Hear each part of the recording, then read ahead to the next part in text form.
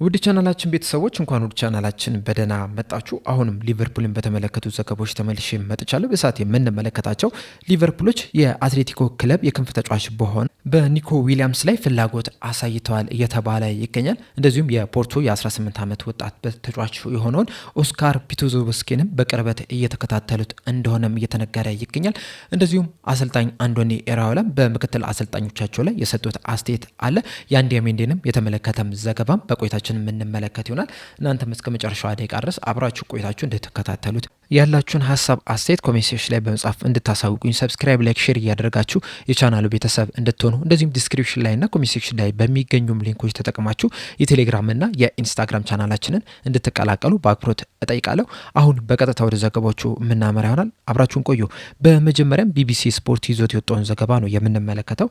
በዘገባው መሰረት ሊቨርፑልና ኒውካስል ዩናይትዶች በቅርቡ ከዚህ ዓለም በሞት የተለየውና የቀድሞ ተጫዋቻቸው የሆነውን ኬቨን ኪገንን ለማሰብ ተስማምቷል እየተባለ ይገኛል። እንደሚታወቀው እነዚህ ሁለት ክለቦች በ2026/27 የውድድር ዘመን የመክፈቻ ጨዋታቸውን እርስ በርስ ነው የሚገናኙትና በዛ ጨዋታ ላይ ኬቨን ኪገንን ለማሰብ ከስምምነት ላይ መድረስ ችሏል። በጨዋታው ላይም በአርም ባዳቸው ላይም ጥቁር ጨርቅ እንደሚያደርጉም ነው እየተነገረ የሚገኘው። እንደዚሁም ጨዋታው ከመጀመሩ በፊትም የህሊና ጸሎት ለማድረግም ተስማምቷል እየተባለ ይገኛል።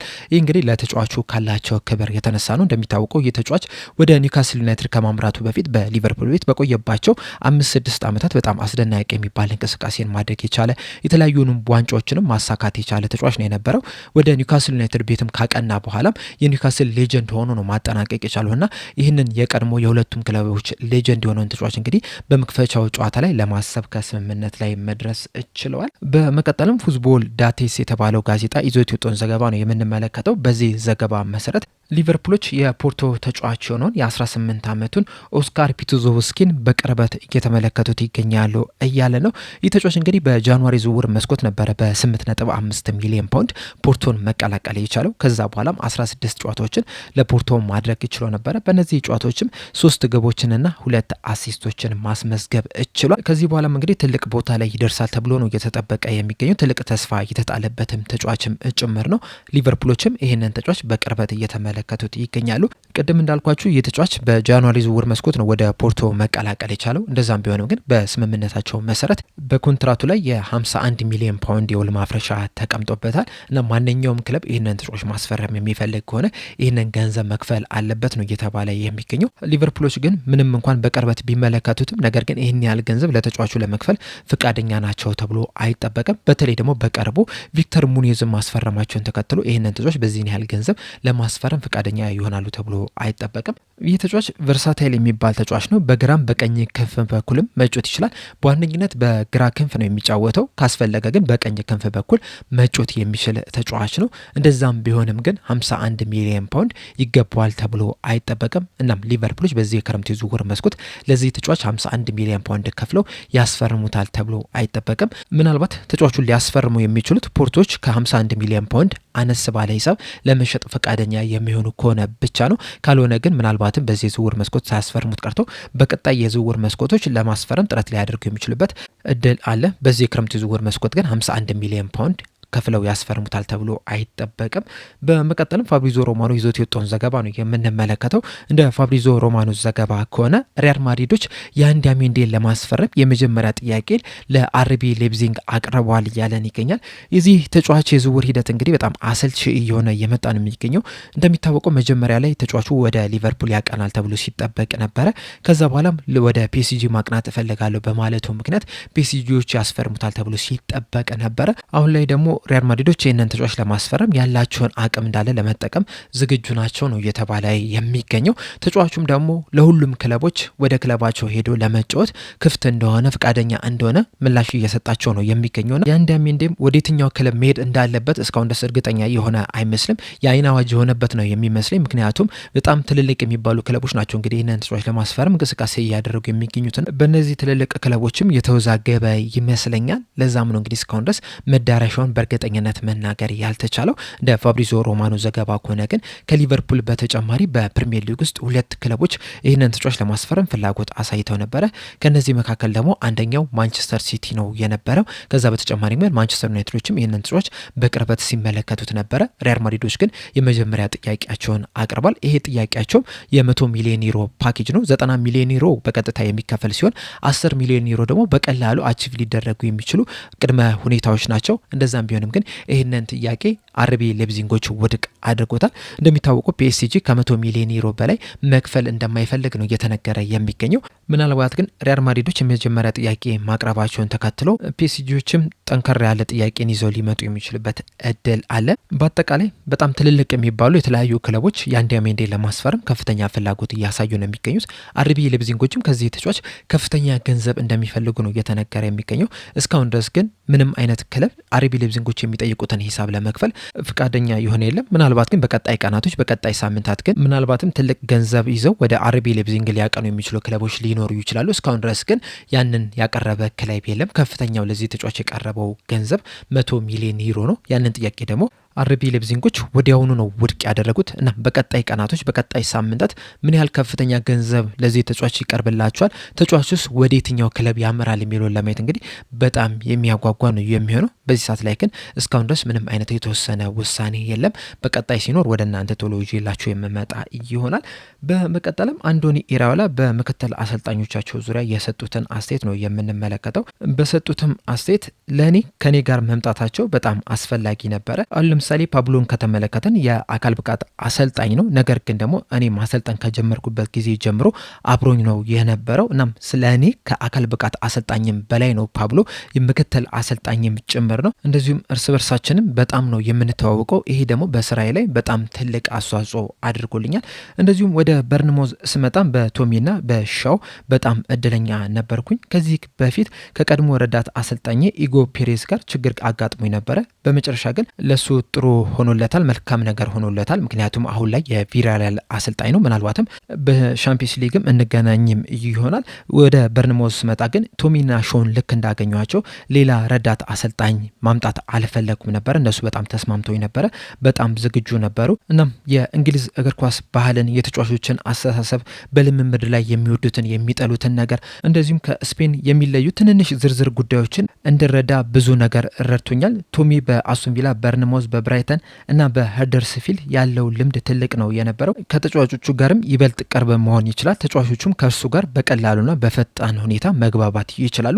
እኔም እድሜ ገና ትንሽ ነው እና በቅርቡ ነው እግር ኳስ ተጫዋች የነበርኩትኝ። ያን ነገር ግን አብዛኞቹ ተጫዋቾች ላይረዱት ላያውቁትም ይችላሉ። እናም እሱ በቲም ውስጥ መኖሩ ከተጫዋቾች ጋር ጥሩ የሚባል ግንኙነት እንዲኖረን ያደርጋል። ለእኔ በጣም ጥሩ ናቸው ሁለቱም አሰልጣኞች፣ በጣም ጥሩ አሰልጣኞችም ጭምር ናቸው።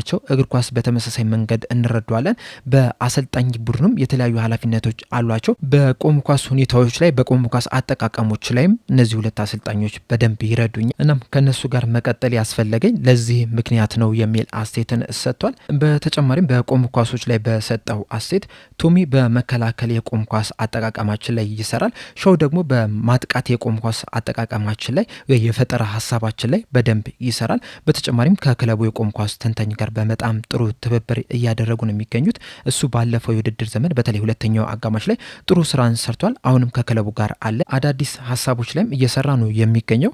ሁልጊዜም እንደምለው እኛ የተጫዋቾቹ ረዳት ብቻ ነን። ዋናው ነገር ተጫዋቾቹ ናቸው። እኛ ተግባር እነሱን መርዳት ነው፣ የተሻሉ ተጫዋች እንዲሆኑ ማድረግ ነው። ስኬትን ሊያመጡ የሚችሉት ግን እነሱ ብቻ ናቸው። እኛ እንደነሱ አስፈላጊ አይደለንም። ይህ ደግሞ በጣም ግልጽ ነገር ነው። ስለዚህ በቆሙ ኳስ አጠቃቀማችን ላይም እነሱ የተሻሉ ተጫዋቾች እንዲሆኑ፣ በመከላከልም በማጥቃት ላይም የተሻሉ እንዲሆኑ ከፍተኛ ጥረት እናደርጋለን የሚል አስተያየትን ሰጥቷል። በመቀጠልም ኢክሬም ኮኑር የተባለው ጋዜጠኛ በኤክስ ገጹ ላይ ያወጣውን ዘገባ ነው የምንመለከተው። በዘገባው መሰረት ሊቨርፑሎች የአትሌቲክ ክለብ ተጫዋች የሆነው ኒኮ ዊሊያምስ ላይ ከፍተኛ ፍላጎት አሳይተዋል እያለን ይገኛል። በእርግጥ በዚህ ሰዓት ላይ አርሰናሎች ናቸው የተሻለ እንቅስቃሴ እያደረጉ የሚገኙት። ምክንያቱም ደግሞ ከአትሌቲክ ክለብ ጋርና ከተጫዋቹ ጋር አንዳንድ ግንኙነቶችን ማድረግ ጀምሯል። እንደዛም ቢሆንም ግን ሊቨርፑሎችም እዚህ ተጫዋች ላይ ፍላጎት እንዳላቸው ነው እየተነገረ የሚገኘው። በተለይ ሊቨርፑሎች የማጥቃት ክፍላቸው ላይ ያን ያህል ጠንካራ የሚባል አይደለም። አሁንም ክፍተቶች አሉበት። እናም ያንን ክፍተቶችን ለመሙላትም ኒኮ ዊሊያምስን እንደ አንድ አማራጭ እየተመለከቱት እንደሆነ ነው እየተነገረ የሚገኘው። በተለይ ደግሞ የተጫዋች እንግዲህ የ77 ሚሊዮን ፓውንድ የውል ማፍረሻ ኮንትራቱ ላይ ተቀምጦበታል። እንደሚታወቀው በ2025 የክረምት ዝውውር መስኮት ነበረ ተጫዋቹ በአትሌቲክ ክለብ የሚያቆየውን የ10 ዓመት ኮንትራት መፈረም የቻለው። ያንን ፊርማ ሲያኖር ግን የ77 ሚሊዮን ፓውንድ የውል ማፍረሻ ተቀምጦበት ነበረ። እናም ሊቨርፑሎች የሚሆኑ አርሰናሎች ይህንን ተጫዋች ማስፈረም የሚፈልጉ ከሆነ ይህንን ያህል ገንዘብ መክፈል መቻል አለባቸው። ነገር ግን ደግሞ በተጠናቀቀው የ2025/26 የውድድር ዘመን ይህን ያህል አስደናቂ የሚባል እንቅስቃሴን አድርጓል ለማለት ትንሽ ያስቸግራል። ይህ ተጫዋች እንግዲህ በተለይ በ2023/24 የውድድር ዘመን በጣም አስደናቂ የሚባል እንቅስቃሴ ነበረ ማድረግ የቻለው። ባደረጋቸው 37 ጨዋታዎች 24 የጎል አስተዋጽኦ ማድረግ ችሎ ነበረ። ከዛ በተጨማሪም በ2024 የአውሮፓ ዋንጫ ላይ ለስፔን ብሔራዊ ቡድን በጣም አስደናቂ የሚባል እንቅስቃሴን ከላሚን ያማል ጋር በመሆን ማድረግ ችሎ ነበረ። የስፔን ብሔራዊ ቡድንም የዋንጫው ባለቤት ስትሆንም የዚህ ተጫዋች አስተዋጽኦ በጣም ከፍተኛ የሚባል ነበረ። እንደዚሁም በ2024/25 የውድድር ዘመን ላይ የተሻለ የሚባል እንቅስቃሴ ማድረግ ችሏል። በእርግጥ እንደ 2023/24 የውድድር ዘመን አይደለም የነበረው። በአጠቃላይ እንግዲህ በ2024/25 የውድድር ዘመን 45 ጨዋታዎችን ማድረግ ችሎ ነበረ። በእነዚህ 45 ጨዋታዎች ደግሞ 18 የጎል አስተዋጽኦ ማድረግ ችሏል። በተጠናቀቀው የ2025/26 የውድድር ዘመን ግን 32 ጨዋታዎችን ብቻ ነው ማድረግ የቻለው። በእነዚህ 32 ጨዋታዎች ደግሞ 10 የጎል አስተዋጽኦ ነው ማድረግ የቻለው። 6 ጎሎችን ሲያስቆጠር 4 አሲስቶችን ማስመዝገብ ችሏልና አቋሙ ወይም ብቃቱ ከጊዜ ወደ ጊዜ እየቀነሰ እየመጣ ነው የሚገኘው። እንደዚሁም ደግሞ የተለያዩ ጉዳቶችም የሚያስቸግሩ ተጫዋች እንደሆነም እየተመለከትን ነው የምንገኘው።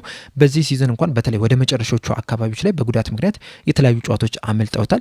በዛ ምክንያትም በዓለም ዋንጫ ላይም ለስፔን ብሔራዊ ቡድን የመጀመሪያዎቹ ጨዋታዎች ላይ በቋሚነት መሰለፍ አልቻለም። ኢቨን በሙሉ የዓለም ዋንጫ ላይ ራሱ በቋሚነት የጀመረባቸው ጨዋታዎች በጣም ጥቂት የሚባሉ ናቸው። በእርግጥ በስተመጨረሻ ተቀይሮም ገብተው ቢሆን በፍጻሜ ጨዋታ ላይም ለስፔን ብሔራዊ ቡድን መጫወት ችሏል። የዋንጫው ባለቤትም ሲሆኑ አሲስት ማድረግ የቻለው እርሱ ነው የነበረው። ነገር ግን እንደ አጠቃላይ ሲዝኑን ከተመለከትን የተለያዩ ጉዳቶችን አስተናግዷል። እንደዚሁም ደግሞ አቋሙም ጥሩ የሚባል አይደለም የነበረውና ምናልባት ሊቨርፑሎች ከዚህ በኋላ የተሻለ ተጫዋች ይሆናል ብለው ካላሰቡ በስተቀር በዚህ ሲዝን ባሳየው አቋም 77 ሚሊዮን ፓውንድ የሚገባው ተጫዋች አይደለም። እንደዚሁም ደግሞ ለሊቨርፑሎችም መፍትሄ ይሆናል ብዬ አላስብም። በተጨማሪም ደግሞ የተጫዋች እንግዲህ በዋነኝነት መጫወት የሚችለው በግራ ክንፍ በኩል ነው። ሊቨርፑሎች ደግሞ እዛ ቦታ ላይ በጣም ብዙ ተጫዋቾች አሏቸው።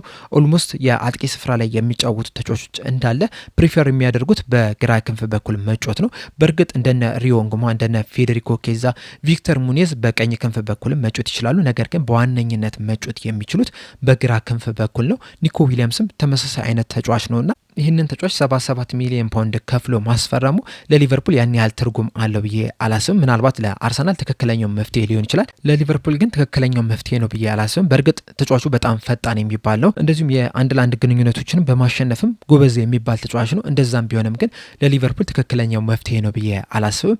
ምናልባት ኮዲ ጋክፖ ክለቡን የሚለቅ ከሆነ ብራድሊ ባርኮላን ማስፈረም የማይችሉ ከሆነ ምናልባት ኒኮ ዊሊያምስ ጥሩ አማራጭ ሊሆን ይችላል። ከዛ ውጭ ግን በዚህ ሰዓት ላይ ሊቨርፑል የሚያስፈልጋቸው በዋነኝነት በቀኝ ክንፍ በኩል መጫወት የሚችል ተጫዋች ነው ብዬ ነው የማስበውና ለሊቨርፑል ትክክለኛ መፍትሄ ነው ብዬ አላስብም። የእናንተን ሀሳብ አስተያየት እንዳለ ኮሜንት ሴክሽን ላይ በመጻፍ አሳውቁኝ። ኒኮ ዊሊያምስ ለሊቨርፑል የሚመጥን ተጫዋች ነው ብላችሁ ታስባላችሁ? ለሊቨርፑልስ መፍትሄ ይሆናል ብላችሁ ትገምታላችሁ?